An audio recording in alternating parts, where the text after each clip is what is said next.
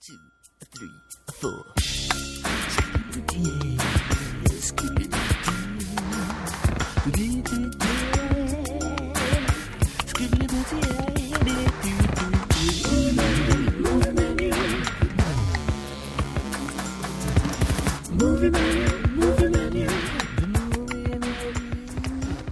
We are Movie Menu Reviews. Podcast.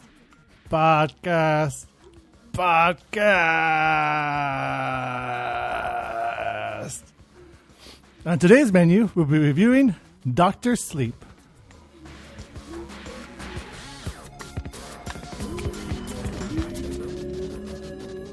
Welcome, ladies and gents. I'm Dan the Man Munoz, host of Movie Menu Reviews, your weekly movie news and reviews podcast, live on Facebook. If you are watching us on Facebook, we say thank you so much. We appreciate it. Or if you're listening to us on Apple Podcasts, Stitcher, SoundCloud, or wherever you listen to your podcast, thank you as well. I am joined today by two special guests, as Z is not with us today because he got married. Yay! Congratulations again to the groom and bride. We say congratulations. Joining me, though, is someone who was at the wedding. Was my plus one, Heather McLean. Hey! Thank you so much for being here, Heather. Anytime. Also here was also at the wedding, who was not my plus one, but might as well have been, Christopher Velasco. Hey. And someone else who was also at the wedding, though I have no idea how, is my co-host, Mike Stay. I snuck in. You crashed Z's wedding? I just kept saying I was everyone else's plus one, and they believed me. Wow. I wouldn't have believed you. Not one bit. So, like I mentioned, we all were at Z's wedding. So, let's do a quick review of that. I'm just kidding. This is wedding reviews? Wedding reviews? Yeah, we can, actually. I'd say it was a dine-in, because we did. We dined in there. It was Literally. pretty amazing. Yeah, it was a beautiful wedding. That salmon was really good. Yes. And if you guys want to comment and give the well wishes to the bride and groom, feel free to let them know. I'm sure they'd appreciate it. Also, moving on from that, we have a review that we're going to get into for Dr. Sleep. We're going to do a spoiler-free section first, and then we're going to do a spoilers-filled section. So first up, the movie reviewing is Dr. Sleep, written and directed by Mike Flanagan, based on a novel by Stephen King. Years following the events of The Shining, a now adult Dan Torrance must protect a young girl with similar powers from a cult known as the True Knot, who prey on children with powers to remain immortal. It stars Ewan McGregor, Rebecca Ferguson, Kylie Curran, Cliff Curtis, Emily Arlen Lid, and Zahn McLaren. All right, guys, so we have all seen this film, so we should decide if this movie is worth a dine and watch it in theaters, take out a way to watch it at home, or leftovers, lose your steam to... Essence. Lose your essence? What's the steam? I'm just going to throw out some different words. Thesaurus. No longer shine anymore. Chris and Heather, as special guests, you guys can earn points on whoever earns the most points. Or if you collectively, if each of you earn 10 points each, you can come back and do a segment of your own, or turn in your points for some type of beverage or food that Z will pay for. Yeah, I'm okay with that. Thanks, Z. Yeah, thanks. On that note, let's go ahead and rate this film. Christopher, you can go first. I get to go first. Was it go see it in theaters? So dine in. Dine in. Yeah. All right. Heather. Dramatic pause. I know that was like did you sleep? Sorry, Did you sleep? I'm drinking coffee. Did you sleep? I slept. I'm going to give it a dine-in. All right. And Mike? I'm going to give it a dine in as well. Wow. What did you... I can't. Are you becoming Z? I think he's in Z's chair, so... Oh, that's true. He's a default Z for today. So I saw it with her the first time, and I was like, this is a dine-in. I loved it so much. And then I saw a second time with a more lens on, or more critical lens on. And I really, after watching the second time, I realized that this movie is not so much a dine-in, but it's a fucking dine-in. Oh, God. I was going to say, there's no way. This I fooled Mike. I can tell I fooled Mike. You're such an actor. I am. It's a dine-in, watching in theaters. Though it's not a perfect film. No. And I feel like the things that they've taken out from the books, not that I read the books, but of course I read the summary of the book. Come on, Wikipedia. Wikipedia, which is just as good as reading the books, right? Pretty much. Yeah. Was very interesting. But first of all, I want to find out, are you guys fans of the original movie of Stanley Kubrick's The Shining? Yes. Yeah, Yep. it's a classic. It's good. Yeah. It's number 1 or 2 in my top all-time horror films. The only person I know that didn't like it was Stephen King. Pretty much. And so when Mike Flanagan decided to do this film, he went to Stephen King for his blessing, as well as Stanley Kubrick's estate for their blessing, in doing a mashup between the novel Doctor Sleep, but also continuing the film of The Shining. Not so much the novel Shining as a sequel to The Shining. When this movie was released, everyone was debating which version would it go with. Is it going to be a sequel to the movie or a sequel to the book? And it turned out it's a sequel to the movie, but they used elements of the book as well into this film. How do you feel like they incorporated because there were moments where they were reminiscent to of The Shining. How did you like that being brought back to that world in this film? I thought he did a really good job. I mean, I didn't read the books either, but I feel like there was a lot of Homages? Oh yeah, homages, or like the cinematography really mirrored Kubrick, and I think, but it wasn't overdone either. Like there was some great Easter eggs and just homage to Kubrick, but it wasn't like this is a Kubrick film and we're trying to recreate it exactly. I liked it. And Chris? Oh yeah, I totally agree. To jump off of what Heather was saying, yeah, exactly. Like there's a lot of like beautiful shots that are reminiscent of the original film, of the Stanley Kubrick film, and there's other new shots in their own, like in the own story. This own movie has its own versions of it, which is totally different, and it worked. It was effective. The music was well done in this as well. So I was like crying. I was fanboying because some of those scenes where those Easter eggs, you're like, oh my God. And then you're like, I'm like shouting at the screen, and the theater I saw it at yesterday there was this guy sitting and just cheering the whole time. And I was just like clapping because he was cheering and he was into it.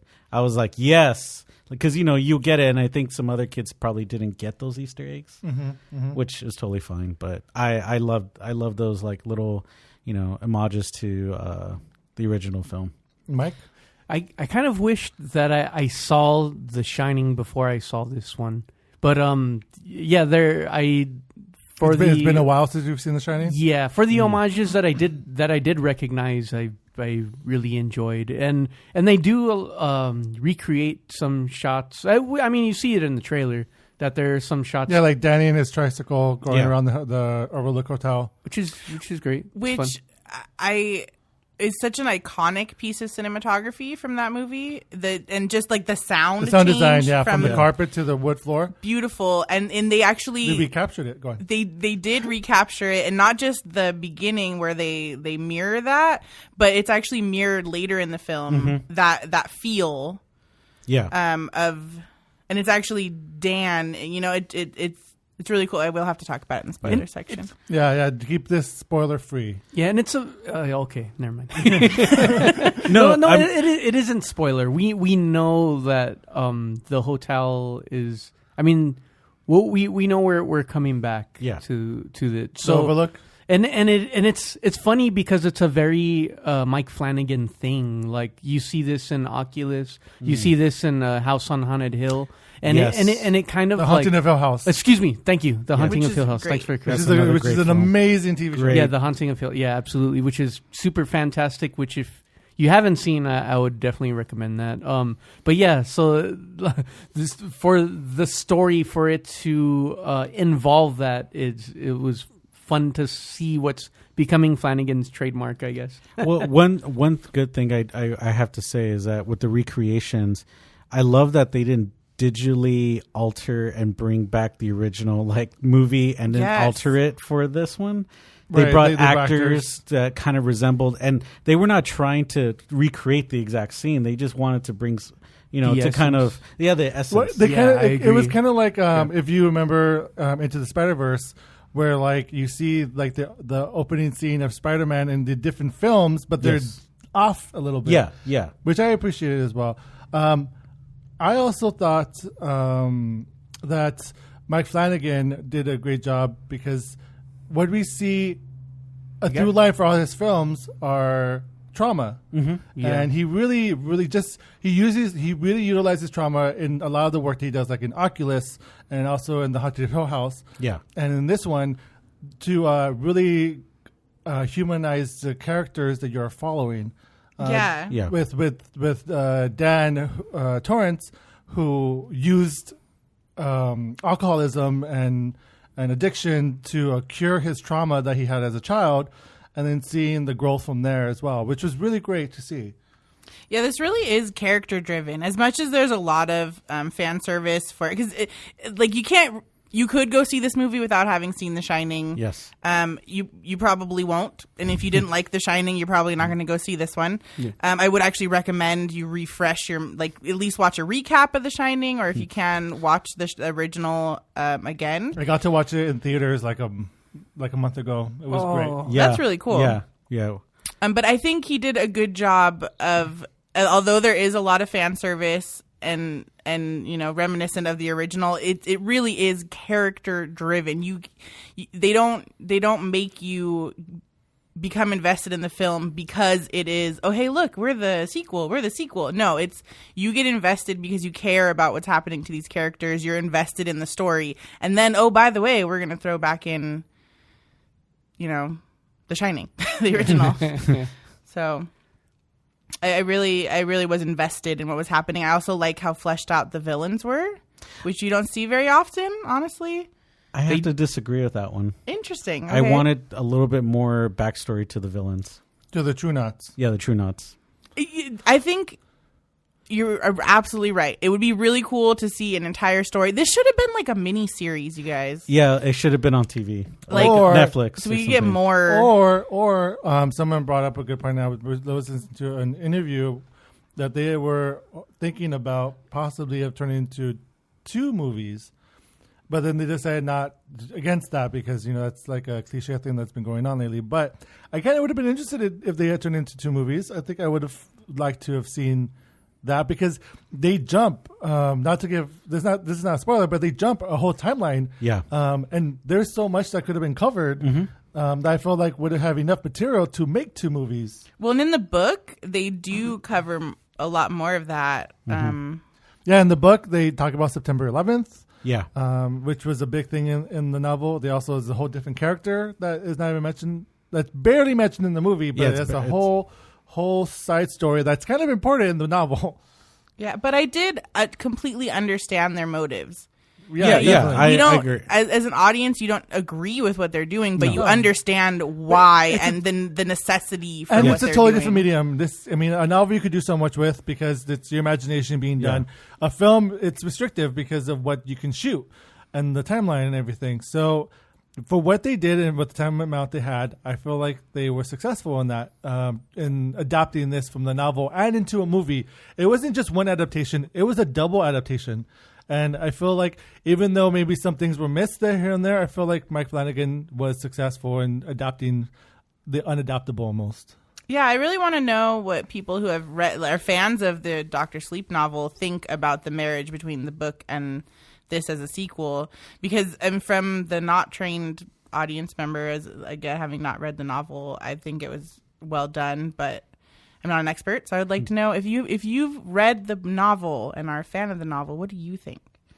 I don't think we're gonna get a lot of those fans because I think the fans of like the original are just gonna like love this film no matter what because of the heavy like back The and Stanley forth. Kubrick version. Oh not- yeah, not the 1997 version, of Stephen King which- miniseries with Steve Ever and Rebecca De Mornay. which I enjoyed that one too. No, I know people that liked it better than the original Shining film because it more closely follows the novel. It does, but it's so badly like what is it? The special effects is just so bad. They're really bad. I haven't good. I haven't seen it, but someone today told me that they liked the I liked it. other one I better. mean, mean, it's just It's not scary. It's not scary.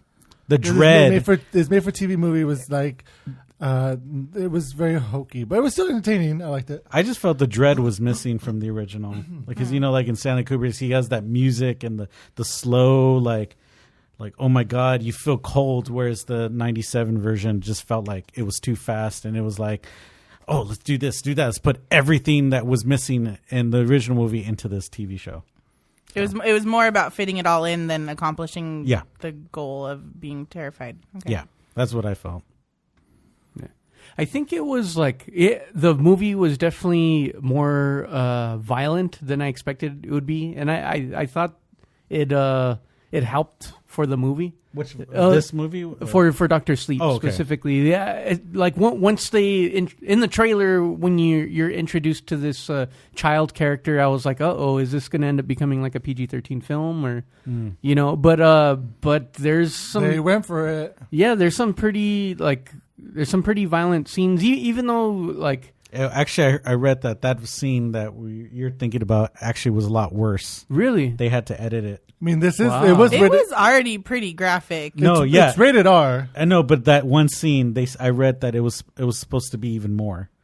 You're talking Yeah, about number yeah. 19? Yeah, number Okay. 19. Well, It was, I think maybe because you're imagining what's happening, because they actually don't show No, they show, but you can hear it. direct. Yeah, but because you can hear it and see the little like splashback of what's happening.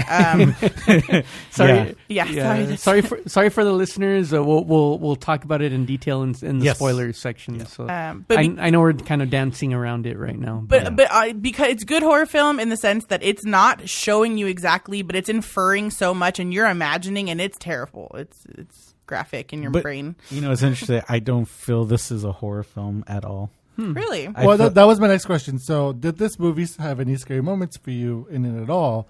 Were you scared at any moment? And if so, quickly describe, like, in the beginning, middle, or which moments scared you. Now, Chris, this is not a horror movie for you. So, what kind of genre does this fit into you? Superhero genre origin story. Okay. Really? I could Yeah. see that. Yeah. Because there's references to it in the movie, especially when we're introduced to You're right. what's her name? That's Abra? a good point. Yeah. Abra? Abra. Yeah, because there's a scene where on her bed, and you like they has the pan to, comic and she book, has yeah. the comic book, Yeah. That's a and good it's point. like I thought it was Storm, because I was like, oh, there's Storm, and then I was like, wait, that's kind of like a comic book. What is the other? Yeah, it was like comic book hero. So I was like, oh, this is an origin story, That's a good point. and it felt like Yeah. a kid's like not like a supernatural like. Kids I would film. watch that continuation of it. Oh, Yeah, I she's do badass. too. Oh, I loved it. Abra is badass. But I think she has the other side. I think it was like I originally thought this was gonna go Dark Phoenix, because they were like, you have the dark power too, and I was like, Well, they mentioned that she could go either way. yeah, but that was just my opinion. So yeah, next. Spoilers? I'm just That's not a spoiler. I'm just kidding. Heather, was this movie remotely scary to you? it was extremely suspenseful. Mm-hmm. There are some jump scares. There's a couple. It's not overdone. I still classify it as a horror movie, but it's not in the like. It's not a slasher movie, or it's definitely more a suspense. But I was less scared than I was like anticipation. Like I had suspense with intense anticipation for some badassery, and it paid off a lot. Would you say it was like a ghost story? Yeah, Yeah, that's what I felt, more ghost story too. But it was very reminiscent of Haunting of Hill House, which is also Mike Flanagan, Yeah. which is a great series, but it's not like a horror. Like No. there's not blood and gore and It's like, all psychological. exactly. That's what Dan was saying about the trauma. Yeah, there's some pretty creepy scenes in The Haunting of Hill House, so for sure. There is and there's some You- definitely creepy stuff in Doctor Sleep. Yeah. You got Bent Neck Lady. You got floating. I mean, this is The Haunting of Hill House. Oh, Not I was like, wait, which There movie was did Bent you Neck see? Yeah, Lady. yeah, Bent Neck. But then- Bent Neck Yeah, no, I Lady. remember her. But then they mentioned, I mean, not that they mentioned, but you also see like the twins from the Overlook Hotel. And then you see like The lady from the bathtub is like bathtub. she's So they- always in every. So it's like almost like if The Shining itself was almost an inspiration for Mike Flanagan's career, and the fact that he was able to do this film to like it's almost like full circle a because you love- see The Shining influence in his work. Yeah. Oh, it's a love song. This And it's movie's like- a love song. Yeah, so I feel like for someone who has so attachment to the source material, and for him like creatively to come up with this storyline himself. I thought it was such a fun ride to go on, and it was great because the way that the story is told, it's like a train. You know those equations where it says if this train moves this quick or this speed, and this other train moves this speed, and this other train moves speed, where will they meet? And it's almost like the storyline you're following is like these three trains that are going to collide into one, and which was interesting to watch because it was very suspenseful to see when was it all going to become one story. So the pacing was great. The cinematography was great. We've talked a lot about the directing. How about the performances? Because for me, stellar performances. What's her name? Rebecca Ferguson. was Rebecca amazing. Ferguson's amazing. She steals the movie, I think. Ewan McGregor had a great performance. Ewan Absolutely, McGregor was great, too. amazing. I was more focused on Rebecca and Kylie. Kylie was great. Those two were the main because Ewan McGregor is there, but you're like so more focused on the other two. He's kind of like he's your catalyst. Like Yeah. you're watching everything through his eyes. So He's the audience. He's the audience. Yes, he is the He's audience. Obi-Wan Kenobi. Yes, he is. Eternally. And aging like a fine wine. just have Yeah, to because say. he was it was mentioned many times in the movie. He was handsome, which I was Spoiler. like, So that's not a spoiler. It's not a spoiler because everybody knows he is handsome. So we're just saying what another character said multiple times. Just watch the trailer and you'll know. Yeah, pretty much.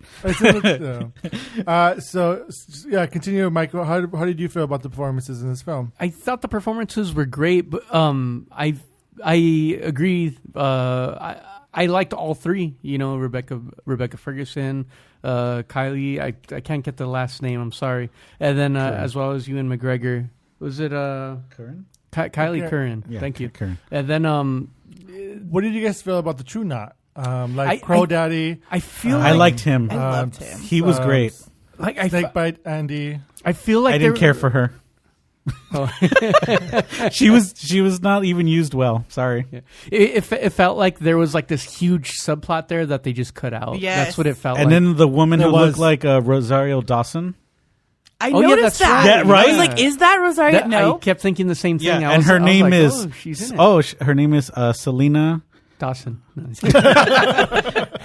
Yeah, I'm gonna murder this as Andus. Yeah, that's her last name, Andus. I felt like that was like a part of the weakness of the film. Yes. Was that the not only that, but the official name was, you called them the True Knots, you said.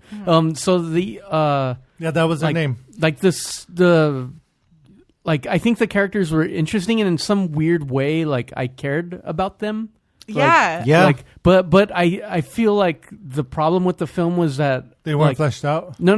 Although they did horrible things, I wasn't afraid of them, and I think that and I think that's why this film was missing the horror element.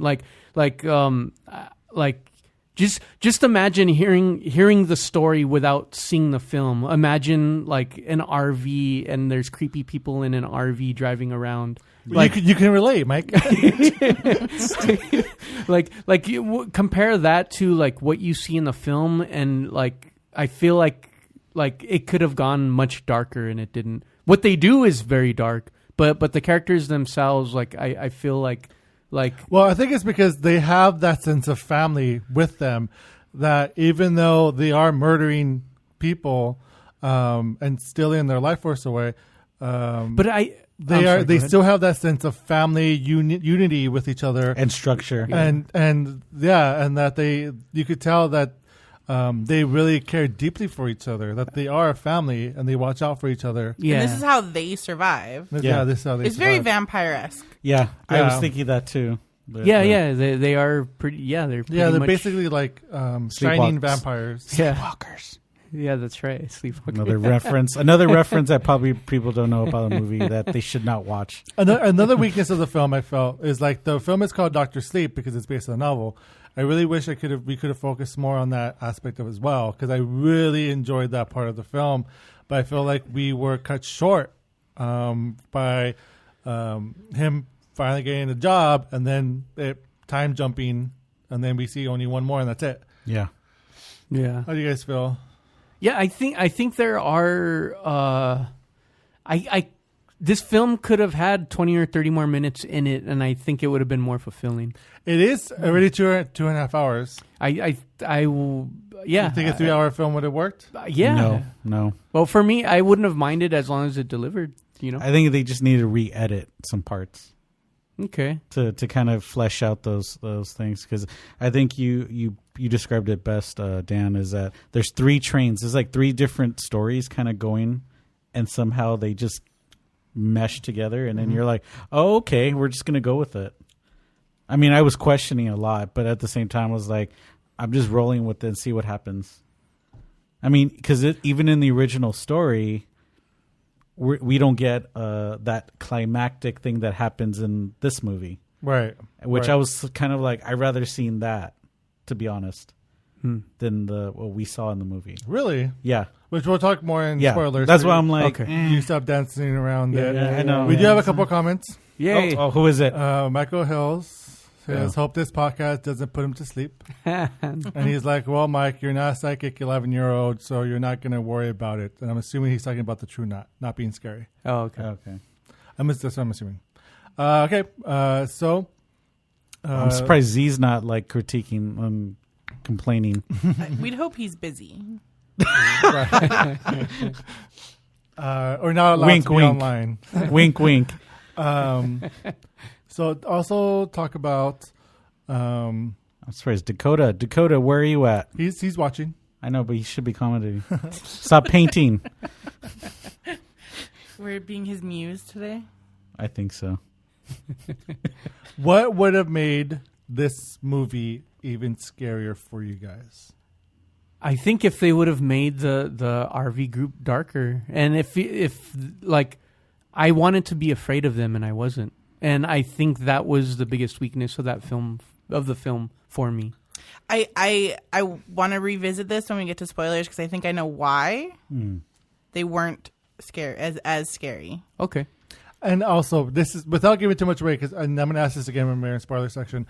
But how did you guys feel about the rules and the world within The Shining of the people you having powers and being psychics and being able to do all these different kinds of things in the world?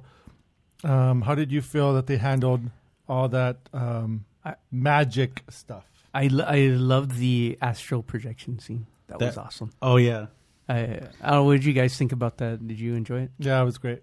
I liked it. I think the lure of the world was done well as also, and they followed their own rules, and I think it definitely paid off. There were some really cool scenes that came out of it, and you kind of you understood the rules, so you kind of knew what to expect, and then they could overpower their rules, and it caught you off guard, and it's cool. Yeah, they kind of humanize like the abilities to make it more like seem like it's realistic instead of like making it too fantastical, I think. And I agree with you. I love like you're just going on this journey with them. You're just going, and also just like seeing the magic, like when they have the abilities. Like the little girl Abra is like, she is powerful, and it's amazing what she did with the hat. Oh yeah, that was great. That's a projection scene. Yeah, that I mean, because she tried to project to another time, but then when she went and she was in there, it was just like, holy, like, where are we gonna go with this? But even from the first moment you meet Abra, because you meet Abra when she's 5. It's her 5th birthday, and she performs. She calls it magic. By the way, we were talking about before the podcast how it's almost like The Walking Dead. Everyone has a different word for zombies. Yeah, good point. Everyone has. And it's because you're experiencing this in isolation, right? So everybody has a different word or way to express what the shining is. Like Dan calls it the shining. The True Knot calls it steam. Abra calls it magic, which is cute because her name is Abra. Yeah. But that first piece of magic that you see her perform is so much more powerful than anything we've ever seen before. Yeah. It's already saying up how much powerful this girl is, which is Dakota's comment basically, because Dakota says, but the kid was way overpowered. Which is I think we've reached the point that I was going to make about why you're not afraid of as much as you would be afraid of the villains. Because of she's Abra's so overpowered. Yeah. All right, so I think we've talked a lot of nonsense. Yay! Because we are dancing around a lot of things. So let's go ahead and let's move over to the spoiler section. Spoiler. Yeah. You have been warned. We're moving over to spoilers. I can do that. Nice magic, Chris. I know. So we are now entering the spoiler zone. Hold on. Dun, dun, Dun, dun. dun, dun. So you are... Damn it, Dakota. He said Abra is a Mary Sue. We are going into the spoilers section. So if you have not seen Dr. Sleep, you have been warned. So let's go ahead and dive more into it. Let's talk about Abra being overpowerful. Oh, yes, it's exactly that. She's overpowerful. I think they set this Or thing too up- powerful, I should say. overpowered. Sorry, they set this thing up in the film where they talk about how her shine is so powerful that it attracts all these like darker spirits, and she talks about it. But I think, But the thing is, Abra was the connection of the story, because it's Abra who is, when she uses her powers, Rose the Hat and Dan Torrance both feel it. yeah. But not only that, but they mentioned that she used to get visitors in the past. I would have loved to see that, and I think it would have been better. I mean, we're in spoilers now. In the very end, she encounters like the woman in the bathtub, and I felt like that was like super anticlimactic. Yes. Like, I think it would have been way more powerful if we got to see like something that was haunting her, like since she was a little girl, that they talked about, and then them end it with like her finally facing whatever she was afraid of, which I would have loved to see. The thing is, though, That's what they did with Dan's Exactly. demons, but she took on his demons instead of her fighting her own demons, which Exactly. I would love to see. They didn't say that she dealt with a lot of things. They just said that her head is like a radio, and she would jump into like weird channels every so often. But I think the mother asks her like, "Are you still being visited by so?" Or there's like a mention about it, and she says, No, "I don't." she talks about the stations in her head. No. There's a scene in the film where someone asks her. I think it's the mother or father. They ask her if she's being visited by these particular things, and she says, "I not anymore." But I wish. I think it was Yeah. specifically That was right after she witnessed Yeah. the kid baseball die. player. That was right after Yeah, that. because she got so traumatized from seeing it, like when she rested and then when she came back to normal, the mom did ask her like, I thought that was a reference to what she witnessed with the kid, but No, I thought it was kind of weird because it just happened last night. yeah. Well, you saw it twice, so you must have seen that line twice. I don't remember what word that the mother used, but what she says, it sounds like it was something when she was a little girl, like something else. Not that particular bad dream. The but fact that we never saw anything, like, there's not really anything. No, that it we is can- referenced. Like she did ask her like, "Oh, you're not being visited anymore." Like it was. I took it. right. I took it that it was because she was having nightmares and screaming of that boy being murdered. So I took it as that. I actually agree with Mike. I think she was referencing like for a moment that she had like had this kind of stuff happen to her before. Yeah, I don't remember what they used. Interesting, Yeah. because I didn't pick up on that, but it makes sense. But then again, if that's the case, there's zero other reference to it in the entire film, and Yeah. she doesn't seem to have any demons until these. Until she goes to These Overlook. people- Until she goes to Overlook. Well, yeah. but until these people, The they're True her Knot? her demons. Yeah, the True Knot become her demons because they're hunting her. But it's real. But life. they don't really show that they hunt her, they find her, but they don't like really bother her because Yeah. she's too powerful. Yeah, I think another. Well, the thing is, I thought was cool. So we danced on the baseball player, but the baseball player who was also had shining abilities, he's the one that drew Abra to him. He was in pain and shouting and using the shining, and then Abra was able to connect with that boy because of it. It was an amazing scene. So it's the little boy, the same actor that was in Jacob the Tremblay. And from Room. Oh, he was in Room as well. Oh God, that movie. Oh, let's I not didn't talk know about he that was in- movie. But I haven't seen it. oh And we're talking about Room with Brie Larson, not The Room with Tommy Wiseau. yeah, not that, not this one. So we have a couple more comments. Oh God. Michael Hill says Abra is Luke Skywalker. No, she's the Dark Phoenix. Hold on, overpowered, but she needed a guide. Abra needed an Obi-Wan, which was. Aww. And then Dakota says that maybe her dead dad could have haunted her? Question mark. You Yeah. know her father, but she says that the father is fine, so she does communicate with the father at the end of the film. Tells the mom. Oh, right, she does. She says like, "Oh, He's fine. He He's moved fine. on." I swear, he's Yeah, fine. yeah. He moved on. He's married. No, no, she says he family. moved on. Like I guess the spirit moved on. Yeah, he said he's okay. Yeah. Or she said Yeah, he's okay. so really, they do talk about the father. So at least that. Yeah, but still, she is the Dark Phoenix. This got like two So let's back- X-Men Dark Phoenix. Let's back it up territory. again. Let's back it up some more. So when we first, so the opening of the film, it takes us back to The Shining.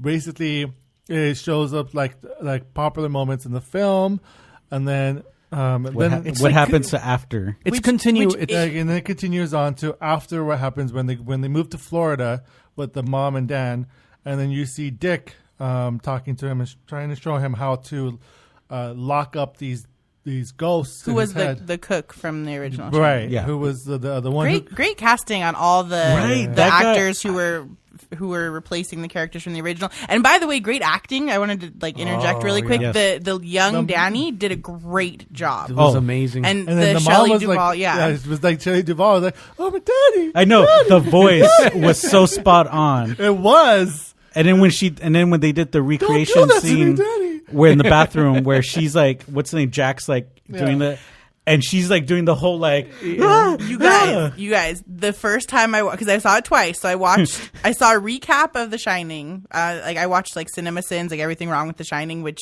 I'd recommend not watching because it made me like notice everything wrong with it. But anyway, so I saw that, so I was refreshed my mind. I watched it, and then I watched The Shining, and then I went and watched Dr. Sleep again. The first time I watched this, I didn't realize that the end of the film, that the scenes that they flashed back to were the new actors. I did not catch that. Oh wow! Which is I'm fairly observant when I watch films, but I didn't catch it till the second time. I was like, wait a minute, They're not- that's not Shelley Duvall, and that's Wait. not Jack Nicholson. We saw it together the first time. I did not catch that they were not. It Then? wasn't just the old film Yeah. redone.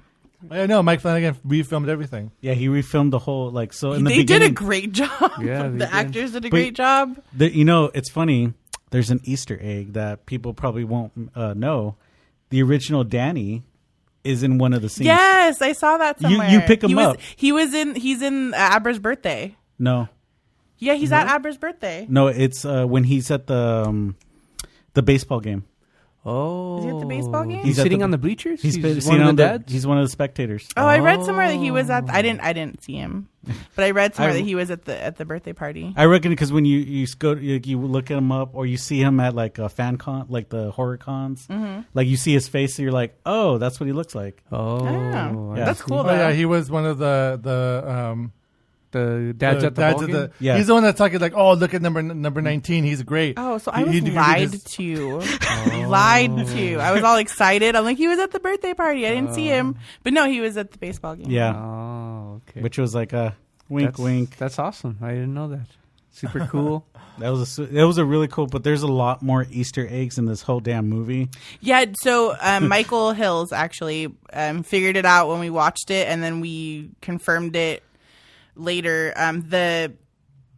The Office is the exact replication of the original Office. So when Jack Torrance is getting interviewed by the manager of the Overlook Hotel, and then when Danny is basically being interviewed for the orderly job by the doctor in Dr. Sleep, Yeah. it's the same office. It's a recreation of the Office. I cried. You were so excited? I was like, oh my God. And Dakota's like, what the, calm the fuck down. Like, because I got excited. I go, oh my God. And I go, I probably was the only one who noticed that in the theater. a lot of people have noticed it, but it's really cool. Yeah. And then, did you see Elm Street? Yeah, I did see that. Oh, I missed it. When he gets off of the bus. That's and right. Then, and then they kind of pan up in New Hampshire, like where he went to the new town. It says Elm Street. It does, yeah. in Fraser, New Hampshire. Yeah. I know. I was like, Do you notice Abra's address was 1980, the same year that The Shining Shining was came out. made? Oh, and then the Yeah. room that the first patient dies 237. Oh, go on. is 20. I think it was 217. 217, which is kind of like an homage to the. It's a novel. The novel is I heard in the novel that's it's the number of the 217, room, yeah. not 230. not 237. Okay, we're just kind of nerding out right now Yeah. for a moment, but just go with us. Oh, and I was talking about the cinematography. I was really excited about this because I noticed it the first time I watched it. So when when we finally get back to the Overlook and he's like waking up the hotel, as he puts it, God, that was so beautiful. as he's walking and the lights turn on, Yeah. it's That's it's a great. mirror of him with the carpet and the hardwood floor Yeah. with his tricycle. Oh. Yeah. Because it kind of makes that same sound as he's walking.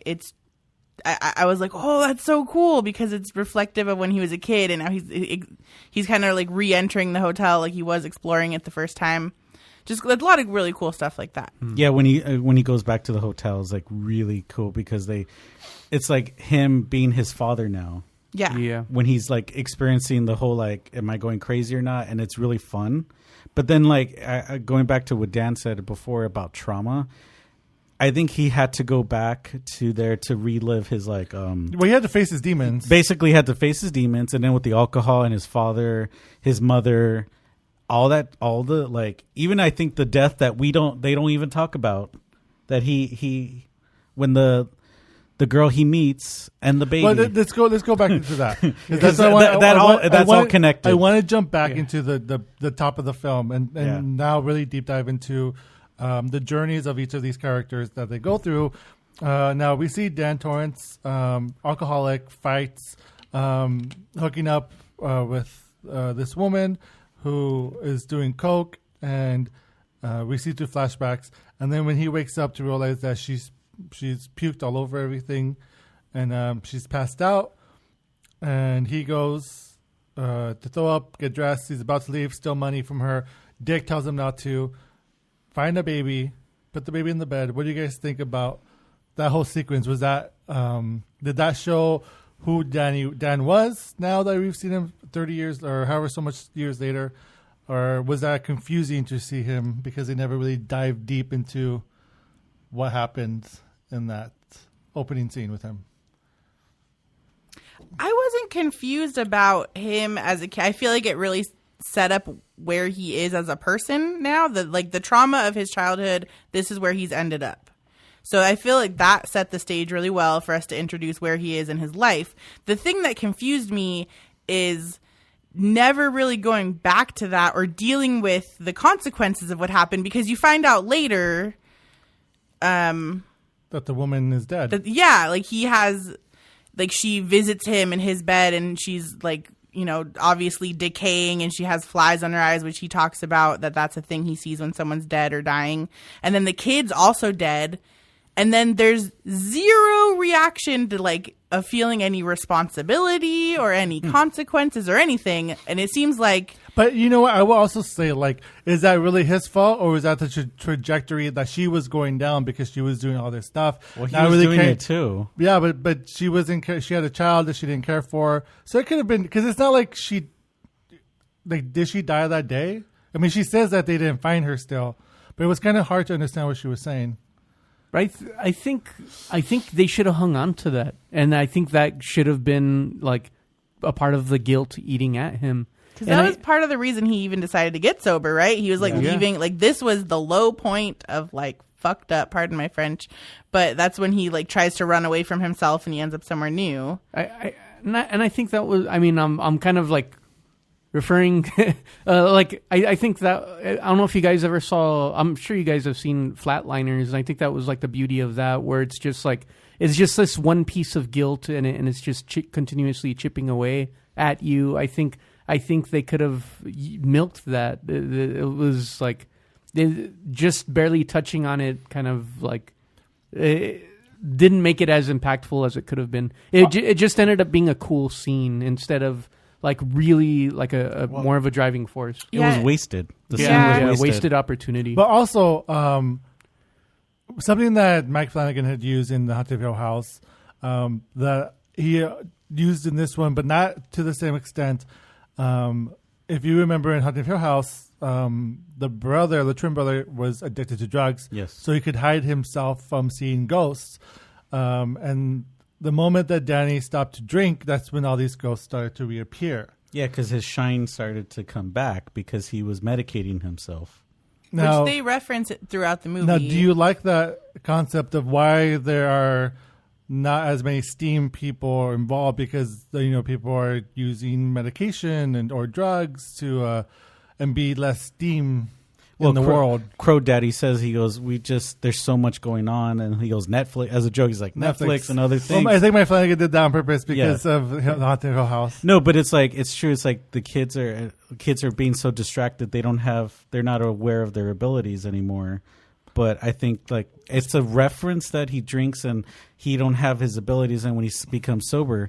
But I think that's what one thing I noticed that I wish they would have played on more is that he went to the town that Abra was in, which is Connecticut, right? Or is it New Hampshire? New Hampshire. No, it was a different. Really? Because different I city. felt like it was like, he got on the bus and all of a sudden. No, the thing was, okay. Now I want to hear your theories, and to further on, he goes to the city like you mentioned, Chris. He goes to Fraser, New Hampshire. Yeah. And there he meets Billy. The friend. Who ends up taking Billy ends up like having a feeling about Dan and ends up like helping him out. Do you feel like maybe Billy had some shine in him? You read my mind, because Yes. that's the next thing I was going to bring up. Is I appreciate, and they mentioned Danny even says that some people don't. And they talk about it, like Dick talks about it. Some people don't even know they shine. He tells it to Abra like, have you met other people like us? And he's like, oh, there's all types of there's people plenty, that don't even know they shine, but they just know, like, to bring home flowers for to your their wife or when she had a bad day. Like the Sixth Sense or something. Like they just have that feeling. intuition or something. Yeah. And he just says, I get a feeling about some people. You can understand. I don't know if it's hard to explain. And he's and Dan, when they first meet, and Dan's like, yeah, I could understand better than you think. And then that scene where they after they find out when Abra tells them where the body is for 19 for the little boy, and then he tells them that scene about like, I could tell when something's the dead. buck. Yeah, when he's telling that little The like smell. Yeah, the smell. And I think that's another reference of like he has ability. It's a smell. He could smell it. He could smell like death or something going on, which I didn't realize until now. I was like, when you mentioned him having abilities, he talks about smell. That's He a goes, good when I point. was hunting too. Maybe. That's a good Also, point. like, Yeah. dead bodies smell really bad. No, yeah, of course. I mean, So I don't know. I don't know about that. no, but it's just the way, because I go, why would he go into this kind of like monologue about that? Yeah. Because I get it. If you're you're hunting, and that's one thing. But then, like, thinking about it, he goes, I have a sense about somebody. So I'm like, maybe some connections. He obviously had something. I agree. There was some shine to him. And I really liked his character. I did Yeah. too. Oh yeah, I did too. It was sad when Yeah. that he got killed.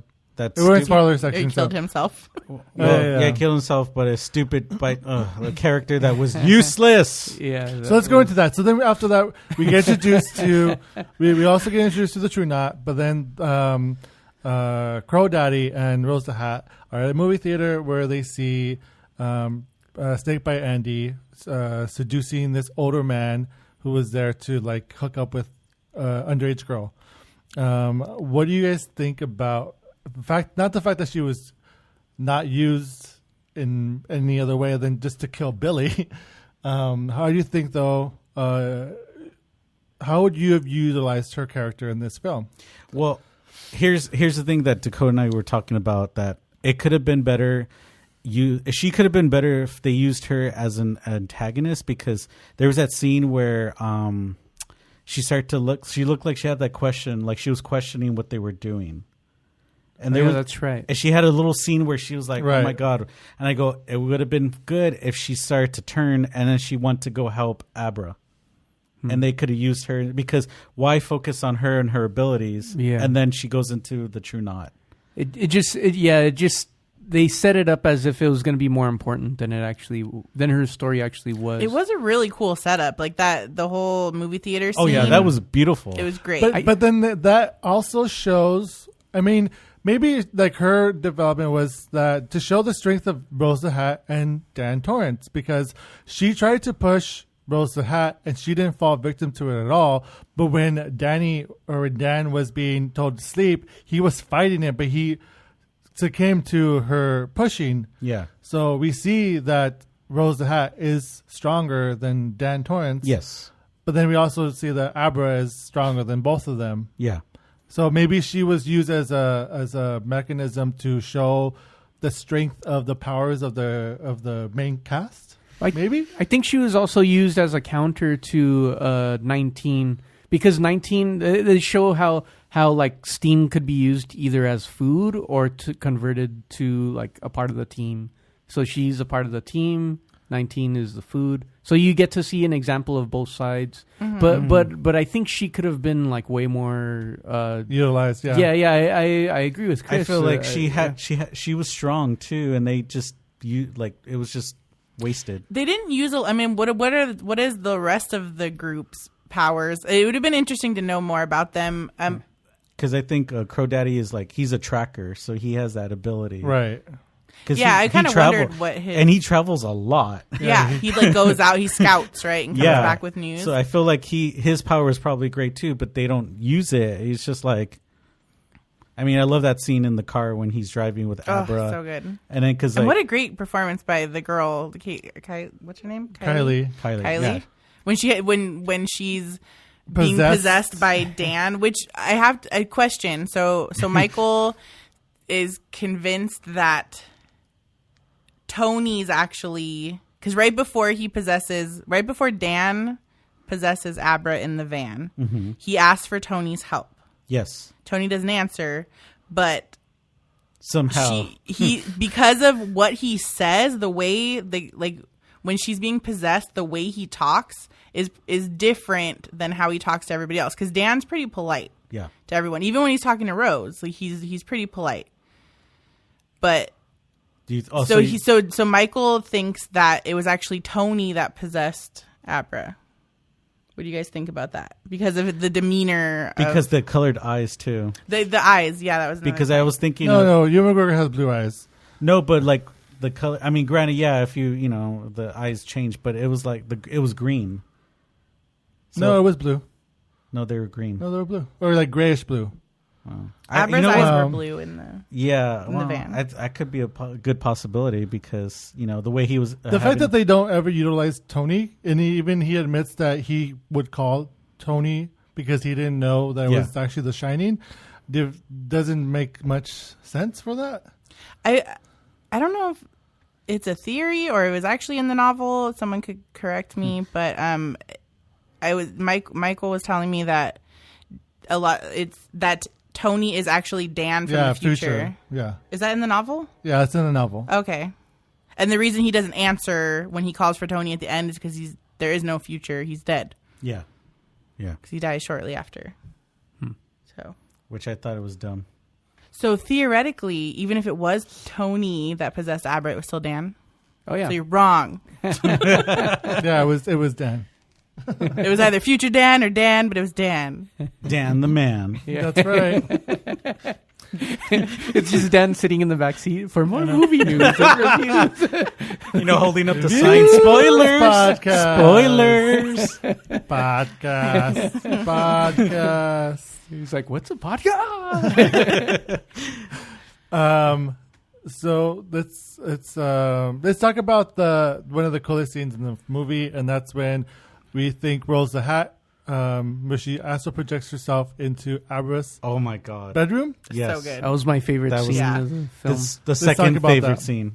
So let's what did you guys think about that whole sequence of when she is flying in the air and the music is playing, and as soon as she touches the ground, the boom happens, and then what do you think of the whole sequence? Talk about it. Let's hear your thoughts. Oh, it was well done. It was well done. It looked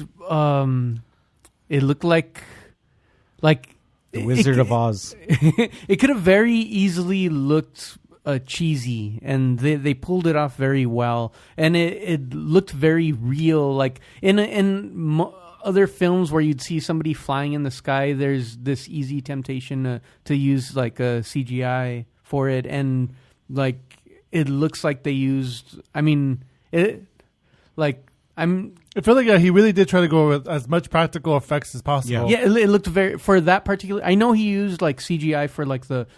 I wouldn't have known this unless I heard about it. I heard in an interview that he used CGI for the blood elevator shot, which is pretty amazing because it looked real as Oh, well. it did, yeah. It looked real. And but for that particular scene, I believe it was like blue screen and rope. You know.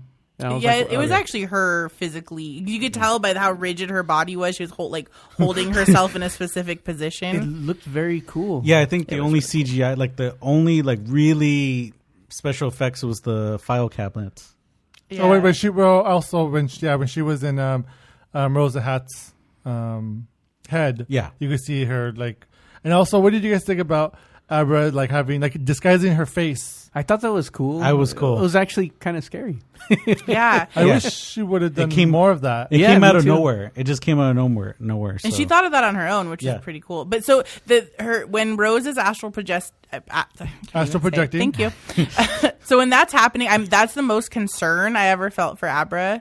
Like the most fear that Rose was at, because the suspense and the actual fear is when they realize that Abra's a thing and they're gonna find her. Like that's where it's scary. But that scene is what turned it, because that's when you find out how Powerful. super powered Abra is.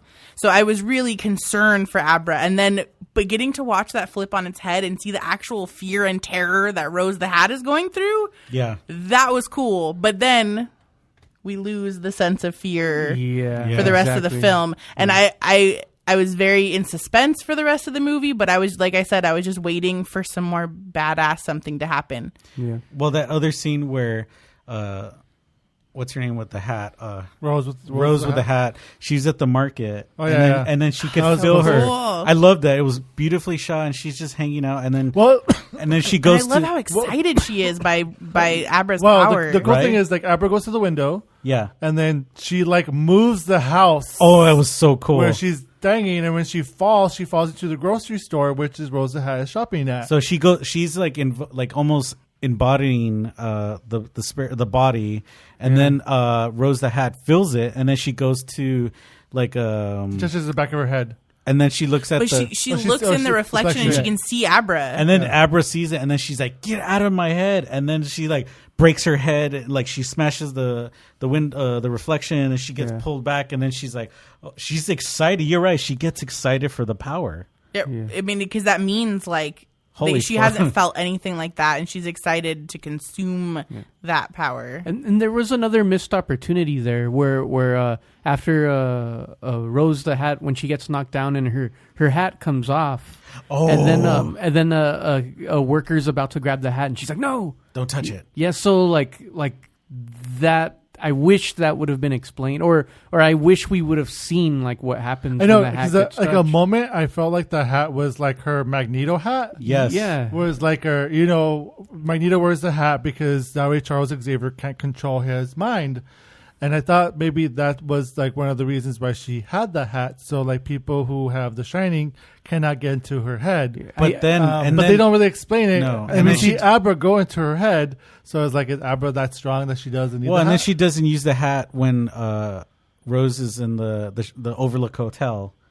Like she doesn't have her hat on anymore. Oh yeah, but just because she drank a bunch of steam, right? Oh yeah, she's like she's drunk on steam. At she's that like point. I got the power, and she drinks like the rest of her steam. yeah. Well, and she's the only one. Yeah, she's the only one left because basically her whole clan is Entourage. What I would have liked to have seen is if Abra accidentally drank steam or ended up with a bunch of steam.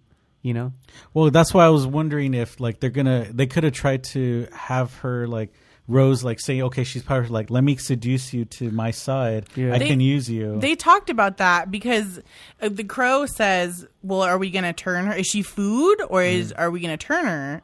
And Rose says, "We don't want someone that powerful in the knot." because she don't want to like she's gonna overtake her. Right, like basically. Rose is the leader. Yeah. Even though the old grandpa. grandpa has been there for thousands of years. Yeah, that scene where she's like, "You've done this, done that." I'm like, "Really? He has?" yeah, Damn, yeah. damn, He okay. looks like a farmer. But imagine how old he had Yeah. to be to look that old. Or how long he hadn't eaten. Yeah, but you know what? I would have liked to show the desperateness of the True Knot because they're Yeah. hungry. That's I a wish good that point. that's where the fear comes back in. If they were showing a little bit more of their desperate, they would have showed more of them killing more because Yeah. they're Yeah. so desperate. And they Or- hinted even- at it because Yeah, when he he's dies. like, "You got it." Well, and the Crow is trying to talk her in. Like, can we have a little some, like bit. a little bit?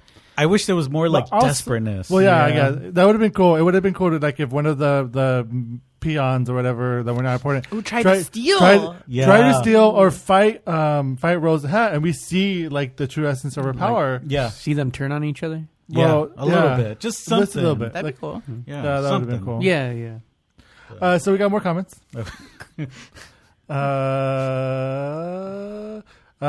Michael says, we did see that high school was in fun for Abra. Maybe that's enough torment for her.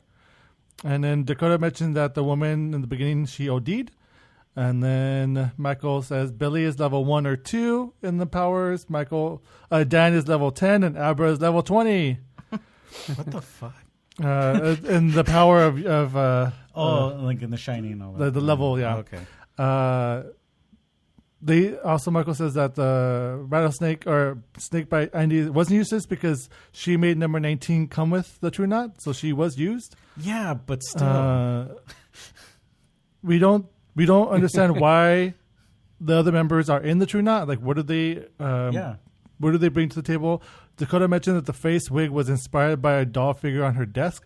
It also had blue hair. Oh, okay. Oh. And then that's what the little figure is from, and Abra has a few posters of the anime. Yeah, the anime. That's right, the It was Overwatch it type was of character, right? Or, RWBY. It was anime, yeah. Abra's a fan of RWBY. I'm not sure what that is. It's anime, Anime. yeah. Okay. Oh, that reminds me too. The room, Abra's room is actually like green and red. In 237, the room is all green and red.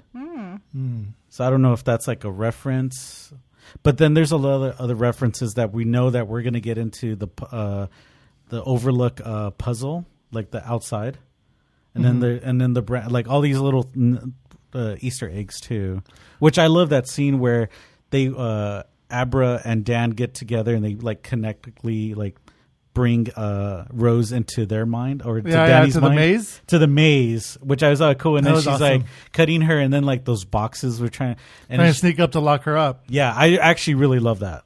And then that other scene too, which is a throwback where Jack Torrance is like trying to get Wendy going up the stairs. Yeah, Rose is actually the villain. So it's like the and he has the axe, and he's like, get away, but he's not as hysterical as like his mother. It's really hard to be more hysterical. Right? He's like, get away from me, get away from me. Stop it. It would be great if he turned into But that. before we get into that, talking more about that, but let's go back to how do we feel about the ending of the True Knots and how they were basically destroyed with guns versus like some supernatural element. How do you guys feel about? Well, it humanizes them a little more. Yes, There's the question, like when Well, yeah, the girl is it are was we turned, human? she's like, am I still human? She's like, do you really care? Yeah, does it matter? So they kind of still are. I mean, they're not immortal. No. They can still die. So I think it makes them slightly less supernatural. Like they feed off the supernatural, but they're still just humans. Yeah, I didn't mind actually. That was a badass scene, honestly. It was beautifully shot too, like in this park. It's a nice pun as well. The- It's a shootout scene. It's a shootout. It's very like reminds me of the Dark Tower a little bit, like that whole Western thing. But I like that. But I just again, it was like I could have used a little bit more because I wanted like if they are human. I wish Abby could have used more powers, but then she gets captured. So then it just, it's like, oh, me. But I like the trap they set up. That was It was really cool. Yeah, that was cool. I love those. Those rifles. Poor were nice. father. Yeah. I feel bad until they like wipe it all away in the end, where it's like, he's fine. He moved on. yeah. It's like he's okay. He's Everybody's ghost dad. okay. He's ghost dad. And what do you guys? What did you guys think about like after the father was murdered, and then other True Knots were killed as well, and Billy shot himself? That Dan and Abra are going to Colorado, and she gets a phone call from her mom. And she's like, oh, crap, my mom's calling. What do I say? Dan is like, I don't know. And she says, I love you, and hangs up. What do you think about how that sequence? Do you think that they would have been like a national, what is it, when a child is missing? Like an Amber Alert? Amber Alert about Well, Abra? she throws the phone out after she's like, I love you, and then she throws it out. Oh yeah, there's a, and I don't want to say a manhunt, but they're searching and they track her. They're gonna track her phone. They're gonna end up. They were in Ohio, right? I think. Yeah, She Ohio. wakes up. Where are we? He's like Ohio. Yeah, they're tracking him down, and the cops show up at the very end, very end of the film. The police are coming, So and it's not because of the fire. The fire that. The Overlook Hotel is so far from any rest of the civilization. So I wonder how they know that. They was must- the they She question. doesn't have a phone. Something. Yeah, somehow they find out, and you're just like, okay. But you're so like just in awe because, you finally get back to the Overlook Hotel, and it's on fire, and it's beautifully shot. Which also, how do you feel about the ending of the film, especially specifically having Dan Torrance die? I wish he was still alive. I don't think it bugged me. I kind Because of. in the novel, he survives. Yes. I guess in the original Shining book, the hotel is burned down. Right. Yeah. Yeah. So I guess it's finally saying that the place finally burns down because he dealt Right. with his demons. And it burned down because of the boiler room, which is what the first stop that Dan Torrance goes in. But again, this reference going back to like the superhero like origin, Dan had to die so he could mentor Abra. So she can. No, he was basically Obi-Wan again. He Yeah. sacrificed himself so Abra could live. Yeah, literally. But he didn't destroy all the demons. No, because they No. came to they latched onto her. Right. Well, he let them out, and because he died, he can't lock him back in. 'Cause Yeah. now he's one of them. But now she knows how to do it. Yeah, Right, which is why this brings up the question that Michael asked. Do you guys think Abra's going to keep Grandma Soggy around, which is basically the woman in the tub, or lock her up in the box? No, she went to lock her in the box. He That went was in the box. It was exactly reflective of when Danny finally learns to conquer his demons. When he goes into the bathroom, and we know. I mean, that was that moment of like, yeah, the kid's gonna do it. The thing is, like, though, Abra's so powerful, does she need to lock him in a box, or can she just obliterate them? And that's why it was so anticlimactic in the end. Yeah. Because we don't know if she put him But in a box also, or let's killed. talk about, did we like the fight between Rosa Hat and Dan Torrance? And Abra. do we like how Rose Hat dies, basically, by all the ghosts Yes. feeding on her? Yeah, That was gorgeous. And do we like the fact how Dan Torrance is basically becomes his father. Jack Torrance? Yes.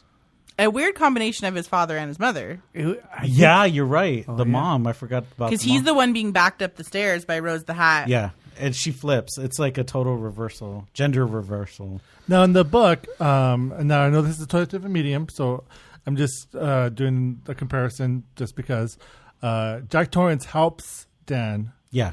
Interesting. fight Rose the Hat. And in this one, we see the scene in the bar where Jack Torrance is trying to get Dan Torrance to have a drink. And, it's almost like, do you know the story of Persephone and Hades? You can go down in Hades, but you can't eat anything, or if you do, you're trapped there. So it's almost like trying to get him to be trapped in the hotel If you can get him to drink. to get him to drink. Yeah, because Jack is now the guy who trapped him in the original Stanley Kubrick film. Right. When he gives him the because that drink. was the bartender was the caretaker. Yeah, who killed his before. family in The Shining, and now because Jack was possessed. Wait, no, it wasn't the bartender.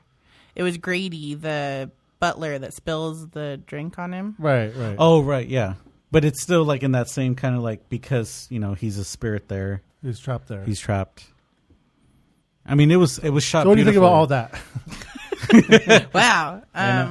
I thought it was fun. Again, it goes back to the homage of, going back and kind of cleaning up like things and continuing the story. Yeah, I liked it. I mean, it was really cool that they tried to trap her in the mind maze, and it took her a while to was so figure that fun. out. It was beautifully done. But then she is more powerful than Danny. So she figures it out, and he's about to capture her in one of his boxes, which I feel like was plan A. Yeah. And it doesn't work. And then I was concerned. I was like, oh man, what is going to happen? And then he had that backup plan of releasing all those trapped demons, which I thought was really cool. Which I feel like that was like a self-detonate. Yeah. Yeah. Because he was like, well, if it fails, we have the boiler room, but also like this is like the last straw, But he had to know they were going to turn on him. Yeah. which they did right away. Yes. But- and on Abra. But then the thing is, he knew that Abra's so powerful that she could take care of herself without, like, it was like plan B and C. It's like, okay, we're just going to press the box, like open up the box, see what happens. Now, even though we didn't see Jack Torrance help Dan, when the fire is burning, we do see his mom comfort him, and he's a little child again. I thought it was a beautiful It moment. was beautiful. I'm still back to the police coming. Okay, so I'm weird like this, that when she's standing in front of the hotel and I'm like, this kid's 13. I know she's super powerful, but there's no one to connect to that she knows of that she can tell to like come get her. Does she know how to drive? And it's one thing to figure out how to drive, but like these are windy, snow-covered roads. And then, so I was like, how is she going to get home? I was thinking that. And then all of a sudden you see police lights and I was like, well, that answered that question. But how? Yeah, we still don't know how the beacon was happening or somebody. Well, I mean, they condemned it, but everything was turned on. It could be the fire alarm system. And if you remember correctly, they had I guess Jack Torrance messed up the RB radio or whatever radio. Yeah. I mean, this is so trivial, but these are weird things that bug me about movies. Like another little thing with going back to the grocery store when the lady like went to help her with her hat. Yeah. And she's like, no. And the lady just walks away. If I worked at a store and some chick went flying across the aisle, I'm not just going to be like, oh, you're fine. Okay, cool. I know. Like, No, Yeah, you would run away. No. no, but Auntie. it was just really weird. Like, she was just like, oh, you're cool. All right. Okay. Well, is there any final thoughts you guys want to talk about before we sign off? I think you need to go see this movie. I think Hopefully, if you're still listening or watching us, you've seen the movie because we are in spoiler section. That's true. But some people like spoilers. I don't know. Some spoilers we didn't talk about. Number 19, baseball kid. He gets stabbed and he gets tortured, basically. And you see like blood all over his face, and he's like crying, and And then we see the such a dead good body performance, after too. being dug up.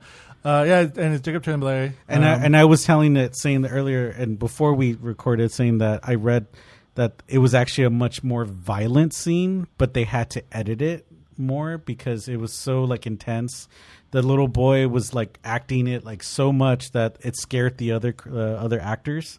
So when they finished, he just got up and was like nothing, and everybody else was freaking traumatized because how good he was. I could imagine. I mean, that was the performance from that kid was stellar. Yeah, it was fantastic. The pain and the fear and oh god, I know it was really well done. But that part was that was the most disturbing part of the movie for me. And then also when they were uncovering the body, just the hand was creepy. But then when they uncovered his face, like it's a little boy. It's he was murdered. Yeah, I have trouble with like when animals are harmed. Yeah, and little kids and kids. Yeah. Well, even I mean, yeah. Like you see on the internet like real life things of like someone getting hit by a car or whatever. It's weird how that doesn't affect me as much as it should. But when it's like a pet or a kid, I'm like horrified. Yeah, Michael says he gurgles blood. He was gargling blood. Yeah, he was like even after he was dead, they were still stabbing him to get more steam out. Or like pushing it out. Yeah, they were like really going for that one. Like you didn't need to see the wound. You got enough. You got plenty. You can hear it. You can see the blood. Yeah. Everywhere. Michael also says he'd love to see a Netflix series about the Overlook Hotel set in the 1920s to the 1970s. That would be interesting to watch. That'd be cool. I want to just follow the I want a series about the Knot. Yes. Rebecca Ferguson was saying like she'd be down for like a prequel movie or something because she was giving me the whole time Stevie Nicks. I was like thinking of like the White Witch. Okay. Any other final thoughts? You should watch it. Yeah, watch in the theater. It's actually in the theater. It's really fun to watch in the theater. Agreed. So that would do it for us here at Movie Menu Reviews. We say dine in for Dr. Sleep. Definitely go check it out in theaters if you haven't already. Unfortunately, it wasn't number one this weekend. Midway got number one, but hopefully next week, word of mouth will get this movie to number one. Is it because it's Memorial Day weekend? By the way, happy Memorial Day. It's Veterans Day. Veterans Day. Oh, you're right. Yes, but happy Veterans Day. Sorry, as well. Veterans Day. Yeah. Thank you to our veterans. Thank you for your service. Thank you. Thank you so much, Heather, for being on the show. Anytime. Thank you so much, Christopher Velasco. Yay. And thank you so much, Mike, for being here. Ooh, Mike's here? Yeah, I'm here. Oh, hey. And I'm Dan the Man Munoz, and we say dine in. Thank you so much for watching us. If you're watching us on Facebook Live, we appreciate it. If you listen to us on Apple Podcasts, Stitcher, SoundCloud, thank you so much.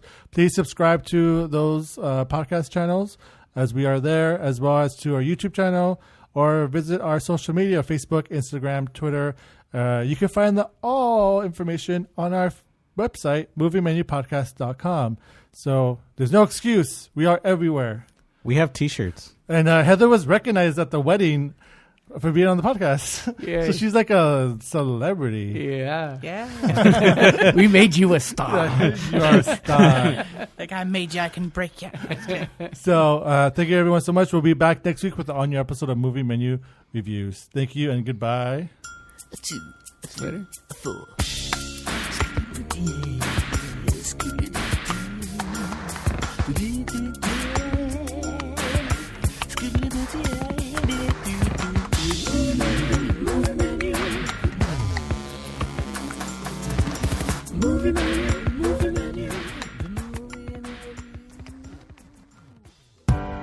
Shine bright like a diamond. Shine bright like a diamond. Shine bright like a diamond.